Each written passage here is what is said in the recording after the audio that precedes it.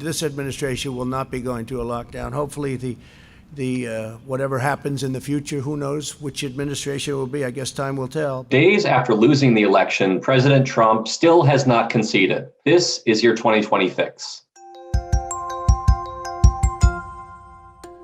President-elect Joe Biden is pushing forward with all the things that you would expect of a president-elect. And his campaign says that there hasn't been much of an impact on what has happened with their transition so far. You know, it's all going to come to fruition on January 20th.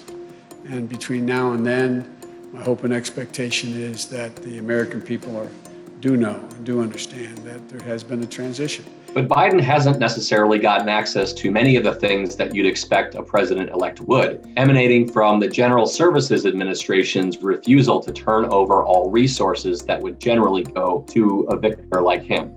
Thus far, we've seen very few Republicans acknowledge Joe Biden's win. And President Trump is 100% within his rights to look into allegations of irregularities and weigh his legal options. This tracks with 4 years of Republicans not necessarily subscribing to Trump's conspiracy theories and claims about voter fraud, but also not wanting to be seen as publicly contradicting him. At the same time, several Republican senators are pushing for Biden to get some access to the things that a president-elect normally would have, including to classified intelligence briefings. Some key deadlines for the president are approaching rather quickly. States are going to start certifying their elections in the days to come. And after those election results are certified, it will be more difficult to overturn the results in those states. Thus far, though, the president's legal team doesn't have many victories to speak of and have often confronted rebukes from judges who thought their arguments were specious or were incomplete.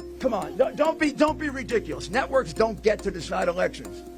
Courts do. That's an inauspicious sign for the Trump campaign, especially given the size of the results that they need to overturn at this point.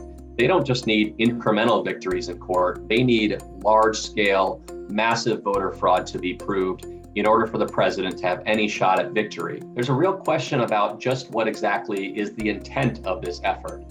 On the one hand, the president doesn't like to lose, and this is his last effort to actually overturn the results of the election and have a second term. On the other hand, there is value for the president in pressing forward with this, given it could motivate his base to support him in his post-presidency. And a sense of persecution and that the election was rigged could be a powerful motivator for Trump supporters to stand by him in the months and years to come.